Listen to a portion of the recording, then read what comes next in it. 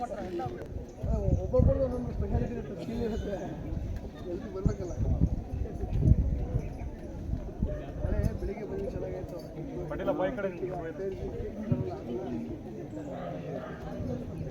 ಚಪ್ಪಲ್ ಬಿಡಮ್ಮ ದುರ್ಗಮ್ಮ ಕಡೆಗೆ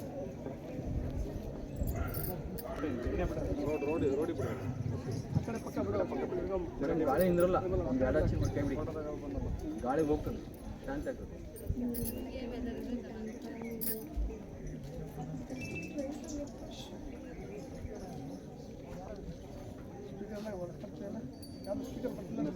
ರೆಡಿ ಆಯ್ತು.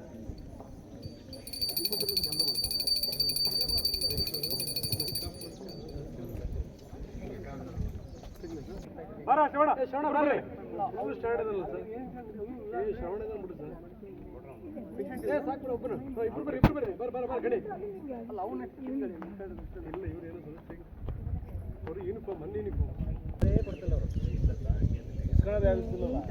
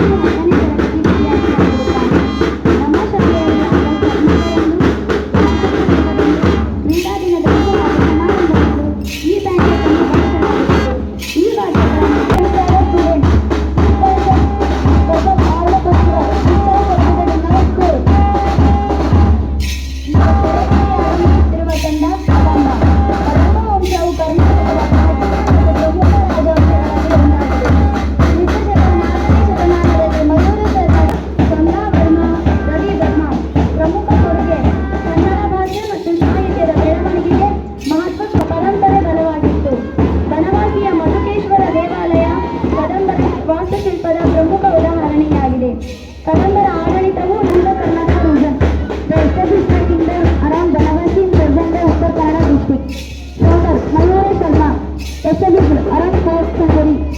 Prakushta Verma, main region, Karnataka and parts of region. Hinduism is support for different religious traditions, pyramid like tower over temples. ಈಗ ಪೆರೇಡ್ನಲ್ಲಿ ಆಗಮಿಸುತ್ತಿರುವ ತಂಡ Ganga.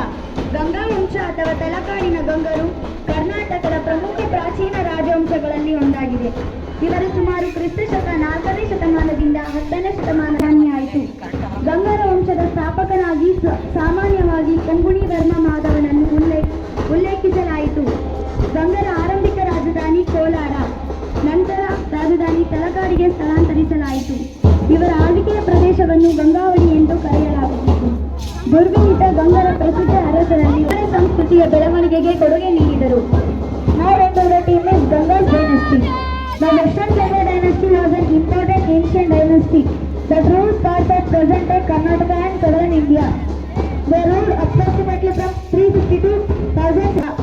Important rulers ಅತ್ಯಂತ ಪ್ರಮುಖ ರಾಜವಂಶಗಳಲ್ಲಿ ಒಂದಾಗಿದೆ. ಚಾಲುಕ್ಯರು ಕ್ರಿಸ್ತಶಕ 6ನೇ ಶತಮಾನದಿಂದ 12ನೇ ಶತಮಾನದ ಅಂತ್ಯದವರೆಗೆ ಸ್ಥಾಪಕ ಪುಲಕೇಶಿ ಇಮ್ಮಡಿ ಪುಲಕೇಶಿಯವರ ಕಾಲದಲ್ಲಿ ಚಾಲುಕ್ಯ ಸಾಮ್ರಾಜ್ಯವು ಅತ್ಯಂತ ಶಕ್ತಿಶಾಲಿಯಾಗಿತ್ತು. ಇಮ್ಮಡಿ ಪುಲಕೇಶಿ ಉತ್ತರ ಭಾರತದ ಪ್ರಸಿದ್ಧ ರಾಜನಾದ ಹರ್ಷವರ್ಧನನನ್ನು ನರ್ಮದಾ ನದಿಯ ಬಳಿ most important royal dynasties in the history of south India. The Chalukyans ruled large parts of present-day Karnataka, Maharashtra, Andhra Pradesh and Telangana.